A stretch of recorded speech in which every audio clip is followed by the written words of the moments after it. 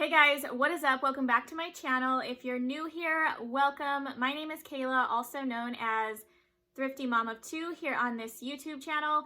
I am a full-time reseller. I sell on Poshmark, Mercari, and on eBay. And I also make videos here on YouTube. Today's video is actually going to be a quick reseller Q&A, question and answer video. I do get some questions repeated over and over on some of my videos.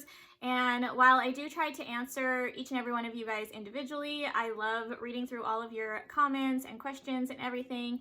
I thought I would go ahead and share on here some of the common questions I've been asked recently, because I do think this information might be helpful to some of you guys, some of my other viewers. And sometimes it's just easier for me to give more in-depth answers in video form instead of having to type it out. So this is just going to be a quick video. I have 5 questions here that I've seen on some of my most recent videos. All of these are reseller related questions, and most of them have to do with retail arbitrage. If you guys have been following me for a while, you guys know that I have been doing a lot of retail arbitrage, specifically diving pretty heavily into reselling brand new shoes, mostly sneakers. I do sell all styles. I sell some boots and other stuff as well, but mostly sneakers. So the first question is, how do you get the additional coupons to spend on clearance items at the Nike outlet?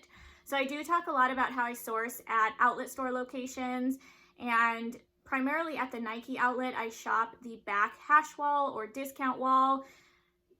Most of the time when I go into the Nike outlet, the back wall is already discounted shoes, and then there is an additional 20 to 30% discount off of the lowest ticketed price. However, when I do my bigger hauls, a lot of the times I have an additional coupon that usually gives me another 20 to 30% off my entire purchase. And how I get these coupons is I sign up for the Nike membership, or I'm a Nike member, and all you have to do to do that is to basically download the Nike app on your phone, create a membership profile or create an account. It's completely free. Just download the app, and then they will send you coupons monthly to your inbox on the app. So I get coupons every single month this way. They're always awesome coupons. Definitely read the fine print, because some of the coupons are one-time use, but actually a lot of the ones that they send out are coupons that you can only use once a day, but you can use them for like up to a week long. So there are some times where I will go back multiple days within the time frame the coupon is good for, and you can reuse that coupon over and over again. Another tip I have for you is just to pop into these outlet locations frequently. I usually pop in once a week or so, because sometimes they do run in-store sales that they don't promote through sending out coupons or anything like that. There are a lot of times where I actually go into the store and they're having additional sales or markdowns on their items. I know recently one of the sales they were having that I didn't even realize was going on until I showed up at the store was like a tiered discount sale. So if you spent like $100, you got $20 off your purchase. If you spent $150, you got like, I don't know, $40 off your purchase. And then it just went up from there, it just kind of was like a tiered discount. So the more you spent, the more you got off. I think if you spent like $200, you got $75 off your purchase, something like that. I don't remember the exact numbers, but it made a huge difference in my total buy cost price for the day, because I did shop the back wall. I got the additional 20 to 30% off. Plus I got a large chunk taken off of my purchase at checkout. So it really makes a huge difference if you're paying attention and shopping these sales. Okay, question number 2, when doing retail arbitrage, how do you keep from splurging on yourself? And this is a great question, definitely something that I think anybody would struggle with when finding items for crazy good deals, especially when you're finding items in your size. It is very tempting to keep them. One of the nice things about reselling is that I buy stuff in all different sizes. If I find a great deal, it doesn't matter really what the size is to me, unless it's just like way out there, but most of the time I will pick it up. So whenever I find stuff that's not in my size, that's always wonderful because then I'm not tempted to keep it. But another thing with me, I am less likely to keep something that is new with tags or brand new, because when I see these items, when I'm out sourcing, I mainly just see the profit in the items. So to me, I see the money that I can make on them. And I don't like to keep these type of items because I know if I wear them at all, I can no longer advertise them as new with tags. So honestly, I'm more likely to keep items that I source from thrift stores or secondhand locations, because I know that I can wear those items a few times and then still sell them for a decent profit, and kind of have that revolving wardrobe, which I do like to do. I constantly will keep something, maybe wear it once or twice, and then list it for sale. And I'm definitely more likely to keep stuff like that than I am keeping brand new items. So I guess what I'm trying to say is the way I look at it is I just see the profit and the value in the items, and that keeps me motivated to not want to keep the items, to list them in my store. Not saying that I don't ever keep something, because occasionally I will purchase something for myself, but for the most part, I know when I'm outsourcing, I'm not looking for myself, I'm looking for items for my store, and I get more excited about what cool items I can list for sale and what kind of profit I can make on them. The person, honestly, that I have to hide items from the most is my husband. Whenever I bring home shoes in his size, he always wants to keep them, so really he's the one that I have to kind of hide some of my items from. Okay, question number 3. On average, what do you pay for sneakers to resell? So in a lot of my haul videos, if you guys go back and watch some of those, especially my retail arbitrage sneaker haul videos, I do share my average buy cost, or my buy cost for a lot of the sneakers that I pick up. So that's one way, if you guys want to go back and watch some of those videos, that you can see how much I spend. But it is actually really hard for me to give you guys an exact answer of how much I will spend per sneaker. It really just depends on the resale value of that particular shoe. So if you are new to selling sneakers or retail arbitrage, my advice would definitely be to check comps or comparable solds on the platforms that you're selling before you purchase the item, to make sure that there is a big enough profit margin that you are comfortable with, in order to justify, paying up for an item. On average, you guys, I would say that I try to spend, for the Nikes and a lot of the sneakers that I'm purchasing, I try to stay around a $35 or under buy cost. That doesn't mean, though, that I won't pay $50 for a pair if they are consistently selling for $150. I will definitely invest that $50 if the comps are that good. But for the most part, a lot of the times when I'm shopping at the outlets, I'm getting pairs for $35 and under. The more that I have been getting into selling sneakers, I have sold hundreds of pairs now. I've bought hundreds of pairs, I've sold hundreds of pairs. I'm really learning what styles to look out for, what colorways, what types, brands, and everything are selling well for me. And so I kind of can gauge what styles I think are worth paying up for. I do still check comps frequently, but there are quite a few styles and just colorways of shoes that I have sold multiple times for really good profit. So there are some, whenever I see them, I know that, if they're $35 or under, or $40 or under, or whatever for that specific shoe, that I can go ahead and pick those up, and I know I can make a profit on that shoe. So to sum up my answer for that question, I would say definitely check comps before every single purchase, especially if you're new to flipping shoes or retail arbitrage items.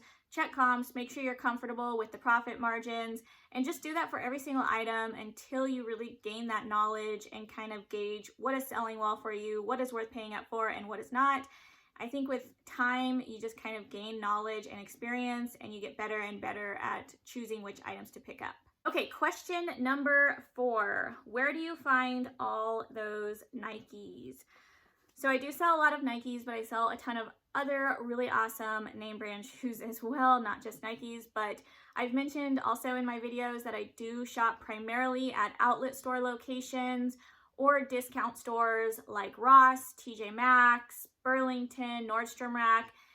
all of those stores carry awesome name brand shoes and clothing at much discounted prices. And a lot of times, if you're willing to wait out their prices, they will even reduce their prices more. So a lot of times I will go in and I can find items that have been price reduced from the already discounted price and get them for crazy good deals. You would be surprised at the amazing things you can find at these stores if you're willing to look. A lot of times, you know, you may only come out with 1 or 2 items, but if you go back frequently, every now and then you will hit a new restock or a new price markdown and just get some crazy good deals. I also source a lot of my items at secondhand stores like thrift stores or garage sales. I do a lot of online arbitrage. I will pick up shoes from websites online, brand new shoes that are running clearance deals. I will also do online arbitrage secondhand, where I will buy something used from somebody online on Poshmark or Mercari, let's say, and then flip it for a profit in my store. I've done that quite a few times. So there are really just endless ways that you can obtain inventory. And yeah, if you don't have a lot of these stores in your location, try online. There's definitely a lot of outlets to get the type of inventory you're wanting to sell. Okay, and then our final question number 5, how many items do you list per day? So I actually do not have a set number of items that I list per day. I've tried that method before. It doesn't work for me very well. Not saying that it doesn't work for some people. It just doesn't work for me. I put too much pressure on myself to photograph items and list items every single day. If I say, for example, I want to do 10 items a day every single day this month, if I don't get that done one day, I just get stressed out and it just turns into a mess. So what I actually do is I just give myself a monthly goal. So for example, I'll say this month I want to list 300 items, and then I can work at that throughout the month however I need to. Some days I may be highly motivated and photograph, 20 to 30 items, and then other days I may only do 5 or 10 items. It really just depends on the day and what I have going on that day. But this system works a lot better for me because it doesn't put pressure on me to do the same thing every single day. I like to kind of work in batches, and some days I work on my YouTube channel, some days I will work on my eBay store or cross-listing to my Mercari and eBay, while other days I can focus on, inventorying items or photographing new items. Whatever it is that I'm motivated to do that day, I can put my focus completely on that and not feel bad for not doing my 10 listings for the day or whatever. I will say though, you guys, that even if I do draft and photograph, let's say 20 to 30 items in a day, that doesn't necessarily mean that I'm posting all of those items that day. I always like to keep drafts ready to go in my Poshmark closet because that is where I post everything first. And that way I can periodically post those items over the next couple of days, just in case I don't feel like listing or photographing any new items those next couple of days. Maybe I have